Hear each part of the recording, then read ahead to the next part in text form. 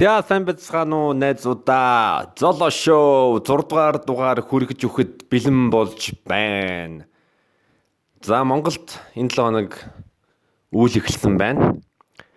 За өөр юм гэх юм бол за яг мэдээллийн чанарын мэдээ эхлээд хүргэе. За энэ подкаста бичснийхэн дараа би 6 дугаараа Castbox дээр апплод хийн. Би яаж хийхээ одоо мэдэхгүй байгаа. Гэхдээ би ямар ч байсан өнөөдөр Castbox-т 6 дугаараа апплод хийн. Тийм болохоор комент бичижсэн хүмүүс Castbox дээр сонсож яваарэ. Одоо зөвхөн YouTube биш, YouTube болон Castbox дээр миний подкастыг сонсох боломжтой. За өөр нэг зүйл гэвэл бас хэд хэдэн хүмүүс намайг одоо зочинтой ганцаараа ярихгүй зочинтой подкаст хийгэрэй гэж хэлсэн. Би тэгээд сард нэг удаа видеотой зочинтой одоо хийн. Тэгэхээр сард нэг удаа ямар ч хийсэн зочин нэг дугаард зочин урддаг болон сар болгон нэг зочин. Тэгэхээр бас сонирхолтой хүмүүсийг ураад сонирхолтой асуулт тавиад бас та бүхэнд хүртээмжтэй нэвтрүүлэг хийн гэдэгт итгэлтэй байна. Та нарыг сонссон гэдэгт итгэлтэй байна. Би нэг цааш нь үргэлжлүүлнэ гэдэгт итгэлтэй байна. Одоо подкаста хийн гэдэгт итгэлтэй байна. За итгэлтэй гэдэг үгийг хэд их итгэлтэй хэлчихлээ.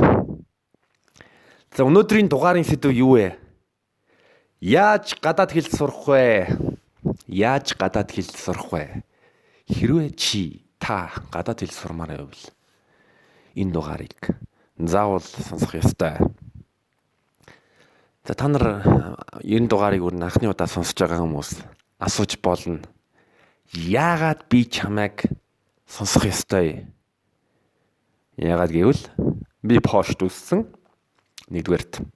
Хоёрдугаарт би Германд их сургуульд төгссөн, пошт 10 жилээ төгссөн. Хятадын Шанхайд бас 1 жил сурж байсан.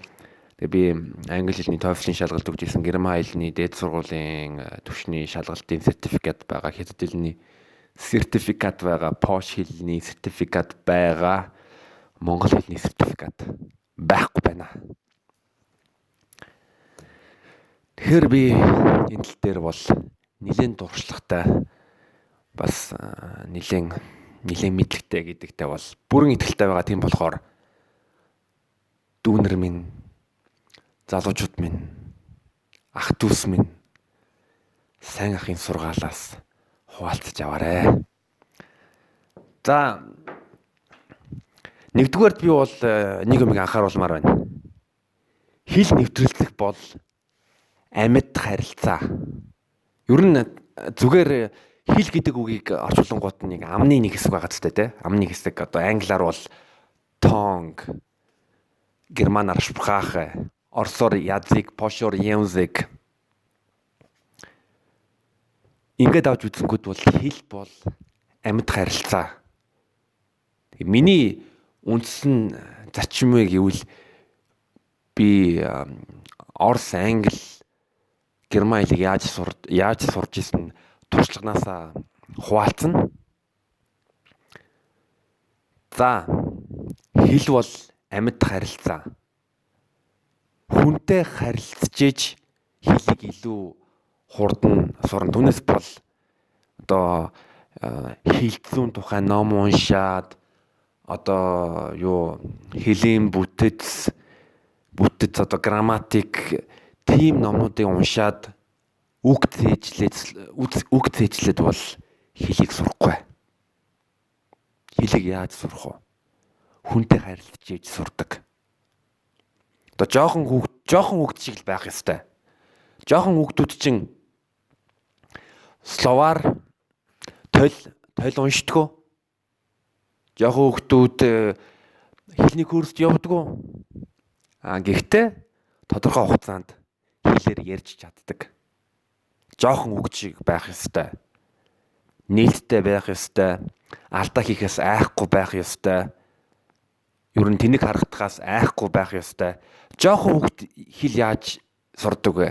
жоохон хүүхдүүд эхний сургалтанд суудаг ямар нэгэн ментор ч юм уу ном зам уншихгүй зүгээр л нэг хүнтэй да да дуу дуу ди да да доо доо доо доо ди да да доо доо да да да ингэсээр байгаад хэсэг хугацааны дараа эхний үгээ сурдаг. Эхний үгээ давтсныхаа дараа ингээ үгийн одоо сангаа нэмсээр байгаад чөлөөтэй ярьж эхэлдэг.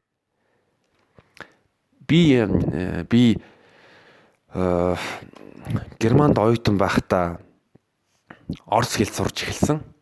Тэгээ орос хэлийг би яаж сурж исэн бэ гэвэл би нэгдүгээрт их сургуулийнхаа гадаад хэлний танхимд орос хэлний анхан шатны курст өөрийгөө бүртгүүлсэн.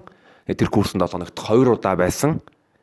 Гэхдээ түүнээс гадна би ВКонтакте гээд Оросын Facebook дээр аккаунт нээгээд тэр ВКонтакте гэдэг группт би англи хэлийг за тэгээ оронд нь орос хэл заалгуулъя гэсэн одоо хэлний солилцооны групп дээр зар тавиад хэдэн хоногийн дараа би Москвад амьдардаг Андрей гэдэг хуульч хүнтэй Skype-аар 7 хоногт 2 удаа хэлний солилцоо хийдэг байсан. 30 минут Андрейд англи хэл заагаад тэгээ 30 минут Андрей надад орос хэл заадаг байсан. Тийм болохоор энэ аргыг би бол маш их үнэлдэг. Ягаад гэвэл одоо ийшээ тийшээ кофений газар ч юм уу одоо тийм бит газар биш. Зүгээр компьютер юм уу гар утсан дээр чинь Skype хэрэгтэй, интернет хэрэгтэй. Тэгээд завгүй үедээ бол асуудалгүй хоёр талууд хоорондоо одоо хэлнийхээ солилцоо хийхэд бол ямар ч асуудал байхгүй, зөвхөн цаг тэгээд анхаарал хэрэгтэй. Тэгээ би Андрейтэй баг жил байсан билүү, жил гаруй орос англи хэлний солилцоо байсан. Тэгээд Андреяс бас зөндөө Москвагийн амьдралын тухай зөндөө юм сурж авсан. Бас Андрейд бас англи ер нь Пош, Германы тухай зөндөө юм солилцоо зайхан найзууд болсон. Дээрэс нэмээд би бас Германд оюутны байранда Орос, Белорус, Украин оюутнуудтай хамт амьдардаг байсан болохоор би орос хэлийг бол өдөр болгон хэрэглэдэг байсан. Потому что я говорю очень немножко по-русски. Сейчас я помнил много слов. Тийм болохоор би яг сая орсоор бол би дүндээ үгийг мартсан байгаа. Орос хэлийг хэрэглээгүй удаж байгаа. Тэгээ ямар ч гэсэн би Оросд очиод асуудалгүй орсоор нэвтрэлцэн. Би орос хэл дээр бол ном уншиж байгаагүй. Тэгээ сонноос би гайдаар ажиллаж байхдаа яг өмнө говьд нэг Оросын хятадтай хэлэлдэг Хабаровск или Владивостокт амьдардаг орос залуутай өмнө говийн яг 70 цадад тааралдаад манайх хүн хэл нэвтрүүлэх хүн олж чадахгүй ёлын ам руу яаж явахыг надад асуугаад зам зааж өгөөд сүлд нь Инстаграмаар найзууд болоод бас ер нь хэл мэдэхэд бол ер нь сонь юм тохиолдог шүү. Тэгээ тийм болохоор ер нь бол амьд харилцаагаар хэллийг сурах бол хамгийн зөв. Дээрс нэмээд би бол одоо яг чадвар гэсэн 3 дугаар дугаар дээр ярьсан юм шиг бол давтамж, тогтмол хэлийг сурах ёстой. Түүнээс бол би бол одоо Монголд ч юм уу Монголд ер нь тийм сургалтад байгаа доо. 3 хоногт 600 үг сур. Би тийм сургалтанд бол хідээж сууж байгаагүй. Надад суух шаардлага байхгүй. Тийм сургалтууд нь би бол ер нь бол би бол тийм сургалтанд бол хинт ч суугаарай гэж зөвлөхгүй. Би яагаад зөвлөхгүй гэвэл миний хэл сурах арга бол урт хугацаанд хэлийг сурдаг, тогтмол давтчих. Түүнээс бол 3 хоног нэг 600 үг нүдэд сурангүй ачих. Би бол амьдралдаа 3 хоногт 600 үг сурж байгаагүй. Тэгээ би бас өөрийнхөө туршлагаас ярьж байгаа шүү. Өөрийнхөө туршлагаас ярьж нэг 2 дахин хэлжлээ. Тэгтээ яах вэ? Хүлцэл үчи. Хэлийг бол хэл сурах бол хизээч зогсохгүй. Энэ бол байнга явагддаг процесс. Тийм болохоор жишээлбэл 3 хоног сураад хэлтэй болно гэсэн үг байхгүй. Хэлээ бол байнга давтах ёстой. Тийм болохоор бол энийг урт хугацааны тоглолт гэж боддог. Дор ээж жил 2 жил тогтмол сурж иж үр дүн гарч ирдэг. Жишээ нь би герман хэлийг 8 сар сурж иж 8 сарын төгсгөлд нь би герман хэлээр германчуудад чөлөөдөө өөрийгөө илэрхийлж олон сэдвээр юм ярьж чаддаг болсон. Тийм болохоор хэл сурах бол урт хугацааны тоглоом. Хэл сурахын төлөө бол тогтмол ашиглах ёстой. Тогтмол. Тийм болохоор Skype-аар, Facebook гадаад солилцооны одоо зөндөө олон группүүд байгаа. Монгол хэл сурах гэж байгаа гадаад хүнийг ол тэр хүнтэйгээ тэр хүнээр англи хэл заалга эсвэл хүссэн хэлээ заалга, монгол хэл заагаад англи хэл хүссэн хэлээ сур. Бас нэг чухал зүйл гэвэл би хятад хэл сурахаас өмнө би юу альва хэл сурахаас өмнө тэр улсынх нь түүх соёлын тухай номнууд уншдаг. Яагаад гэвэл түүхийг мэдээд, соёлыг мэдээд ер нь жоохон соёлын энэ тал дээр мэдлэгтэй олчих юм бол хэл сурахад ч бас илүү гоё байдгийг. За эн чинь ийм арт түмэн, ийм түүхтэй, ийм соёлтой улс. Ер нь соёлыг ойлгонгууд бас хэл сурахад бас илүү төхөн байдаг. Одоо жишээ нь монгол хэлийг чинь монгол хэл түрк хэл хоёр бол зөндөө олон төстэй үгтэй байдаг. Одоо жишээлбэл сандлыг түркээр сандали гэдэг, саримсыг түркээр сармисан гэдэг гэх мэтчлэн түүнтэй адилхан одоо жишээлбэл монгол хэлд бол одоо мал аж ахуйтай холбоотой үгнүүд бол түрк байдаг. Жишээлбэл түрк үгд одоо ан хийх холбоотой үгнүүд нь бол одоо жишээл монгол хэлийн одоо язгууртай байдаг гэж үздэг юм бэлээ. Жишээ нь. За өөр чинь би юу хэлчихсэн бэ гэвэл хэрвээ англи хэл сурах гэж байгаа бол бас герман хэл бусд хэл сурмаар байвал Amazon-ы Kindle-ийг худалдаж авахыг би зүйлье. Би Amazon-ы Kindle-ийг 2010 онд худалдаж аваад энэ бол миний хамгийн сайн хийсэн хөрөнгө оруулалтуудын нэг байсан. Яагаад гэвэл Kindle дээр би англи хэлээр ном татаад англи дээр ном уншиж эхэлсэн. Kindle-ийн гоё юм гэвэл дотроо толтой байдаг. Жишээ нь нэг ном уншингууд нь одоо мэдгүй үг байх юм бол толь дээр тэр үгийг харчихна. Тэр үгнийх нь одоо тайлбар нь англи хэл дээр байгаа. Гэхдээ одоо жишээлбэл тогтмол ном уншиж тогтмол ном уншиж явах үед тогтмол үгүүд гарч ирдэг. Тийм болохоор байнга уншаад байвал ер нь өөрийнхөө үгийн баялгаа бол дээшлүүлнэ. Ном уншингуудаа илүү ойлгодог болно. Гэхдээ бас нэг сул тал нь гэвэл одоо юмыг уншаад ойлгодог мөртлөө ярихад бол төгд. Одоо жишээлбэл хятад оюутнууд гадаадад бол ярьж чаддгүй тэгэнгүүт нь бичгээр бол үнэхээр супер байдаг, алдаа малдаа идэггүй. Тийм болохоор бид нар бол яан вэ гэвэл бид нар соёлын альва сурах гэж байгаа хэлнийхээ улсыг соёлыг мэдээд үгийн баялгаа ном уншиж дийшлүүлээд тэгэнгүүтээ амьд хүнтэй харьцаж хэл сурна. Хэл сурна юу вэ гэвэл энэ бол зөвхөн одоо грамматик сураад үг тээжлээд юм биш. Энэ бол одоо жишээлбэл шинэ ертөнц нээгдэнэ. Одоо хэрвээ чи англи хэл заадаг Америкт байгаа хүнтэй хэлний солилцоод байх юм бол тэр хүний талаар тэр хүний амьдралын талаар илүү мэдлэгтэй болно. Тэр хүний ер нь юу боддог юм ба ямар үзэл бодолтой тэр талаар бол зөндөө олон мэдлэгтэй байна ер нь. Тийм болохоор амар ер нь гоё шүү. Би бол хятад хүнтэй хэлний солилцоо хийж байсан, пош хүнтэй хэлний солилцоо хийж байсан. Юу гэвэл нэг пош охинд би монгол хэл заагаад тэр охин харин оронд нь надад Франц хэл зааж өгч ирсэн. Хятад хүнтэй бол би сонин солилцоо хийж ирсэн. Надад хятад хэл заагаад би оронд нь пош хэл зааж өгч ирсэн. Гэх мэтчлэн.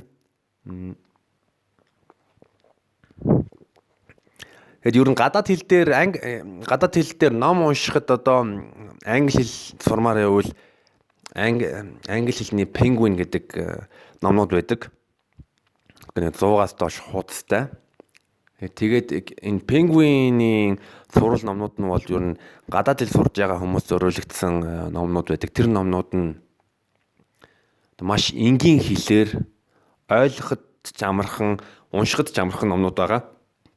Ер нь Penguin сурлын номнуудыг уншаад багаар анхны шатанд байвал ер нь Penguin-ийн номнууд уншаа. Тэгээ дараа нь Penguin-ийн нэг 5-6 ном уншингууд дараа нь одоо мэдгүй өөрөө одоо чиний хобби чинь юу юм магадгүй хөл бөмбөг юм бол хөл бөмбөгийн тухай нэг ном худалдаж аваад эсвэл Kindle дээр уншаад тэгээд 30-50 хуудастай богинохон ном уншиж байгаа тэрийг арай зузаан болгоод тэгж юм да. Түүнээс бол яг анх эхлээд хэл сурж байгаа бол хитрхи одоо шинжлэх ухааны ч юм уу эсвэл яруу найргийн дээжис тиймэрхүү номнуудыг уншаад ёстой юм. Зүгээр нэг хүүхдийн ном уншаад өөрийнхөө хэлнийхээ суурийг тавьсан дээр бас нэг зүйл юу ярих гэсэн бэлээ би хэрвээ чи TOEFL юм уу эсвэл IELTS ч юм уу хэлний шалгалт өгмөр байвал зүүндээ олон мянган хүмүүс TOEFL IELTS өгч байгаа. Би өөрөө бол TOEFL өгж байсан. Ер нь дийлэнх хэлний одоо жишээлбэл одоо TOEFL IBT ийм шалгалтууд нь юу вэ гэвэл одоо сонсох, уншаад ойлгох, ярих, бичих 4 чадварыг шалгадаг. Тийм болохоор энэ дээр бас яг одоо TOEFL бэлтгэдэг сургалтанд суу. Гэхдээ суухдаа бас ямар багш зааж өгье. Тэр багш чинь туршлагатай юу? Туршлагагүй юу? Тэр талаар ер нь судал. Түүнээс бол одоо жишээлбэл тэр сургууль одоо алдартай ч юм алдаргүй ч юм хамаагүй хамгийн гол нь багш нь ямар багш вэ? Шавнараас нь асуу. Тэр сургалтанд суусан хүмүүсээс одоо жишээлбэл үнэлгээг нь асуу, сонс. Хамгийн үнэтэй сургуулийг битгий сонг. Хамгийн хямдхан сургуулийг битгий сонс. Битгий сонг. Битгий сонс гэж хэлчихлээ. Битгий сонсыг сонсоорой. Гоё подкаст шүү. Ер нь бол тийм дундаж сургалтын сургалтанд сууж болно. Гэтэ би бол одоо TOEFL бэлтгэхдээ бол ерөөсөө ямар ч сургалтанд сууж байгаагүй. Зүгээр Barron's Guide to TOEFL-ийн зааварчилгаа гээл нэг бүтэн сар TOEFL-ийн шалгалтуудыг нээлж ээж ирнүүдэл ерөнхийдөө энэ арга бас нэлээд амархан шүү дээ. Ягаад гэвэл одоо жишээлбэл TOEFL-ийн тестүүдийг нь бүглэснийхаа дараа ардлт байгаа хариултуудын үзэл юун дээр алдсан ба юун дээр алдаагүй тэгээд нэг 20-30 тест хийчих юм бол ер нь бол TOEFL-ийг өгч болно. Тийм болохоор хэрвээ чи өөрийгөө удирдаад тогтмол сурах чадвартай бол ер нь зүгээр нэг TOEFL-ийн ном худалдаж аваад эсвэл IELTS-ийн ном худалдаж аваад нүдэл өөрөө л тогтмол хий. Хамгийн гол нь тогтмол сурвал. Ягаад гэвэл одоо жишээлбэл шалгалтынхаа өмнө 2 хоног өдөр шөнөгүй суугаад юм сурна гэвэл ер нь нэлээд чанга шүү. Тийм болохоор хэл бол амьд харилцаа. Хэл сурна гэдэг бол хизээж зогсохгүй өдөр бүр шинэ үгсүр нь би одоо жишээ нь Канадын тухай ном уншиж байгаа. Тэг Канадын түүхийн тухай ном уншлаа. Concise Guide to Canada's History. Дээрээс нь Японд 5 жил амьдарч исэн Канад хүний ном уншсан. Тэр ном нь бол амар хөгжилтэй нэртэй. Why I Hate Canadians. Би яга Канад хүмүүсийг үзэн яддаг вэ гэсэн номыг Канад хүн бичсэн. Би бол Канадын тухай бол нэлээд сонирхолтой юм сурж авлаа. Гэхдээ энийг болоод подкастн дээр ярихгүй. За тэгээд яаж гадаад хэл сурах вэ талаар ярьлаа. Комент бичээрэй. Хэрвээ би алдаатай ярьж байгаа бол тэр алдааг минь засаарай. Жишээлбэл нэг сонсогч өнөөдөр надад хэлсэн. Тэр нь юу гэж хэлсэн бэ гэвэл би одоо энэ үсгийг монголчууд ер нь хоёр аргаар хэлдэг. Би тэгээд одоо жишээлбэл нэг л маягаар ярьж байгаа. Жишээлбэл хүн гэж хэлэх юм бол зөөлөн байдаг. Тэнгүүд нь ном гэхээр хатуугаар дууддаг. Би бас тэрийг л өнөөдөр анзаарлаа. Тийм болохоор өдөр болгон шинэ юм сурж байна. Илүү ихийг сурах, илүү ихийг бүтээе. Хөдөлмөрлөлийн хөлсөө гаргая. За тэгээ та бүхэнд 7-ны амжилт хүсье. Залуу шоуын 6 дахь дугаар боллоо. Тэгээ харсан чинь би подкастыг 1 сар болчихлоо. Дараагийн дугааруудаас илүү сонирхолтой юм ярихыг болно. Сайн ахын сурал бол үргэлжлэн. Тийм болохоор баярлалаа. Дараагийн дугаар хүртэл түр баяртай. Бака.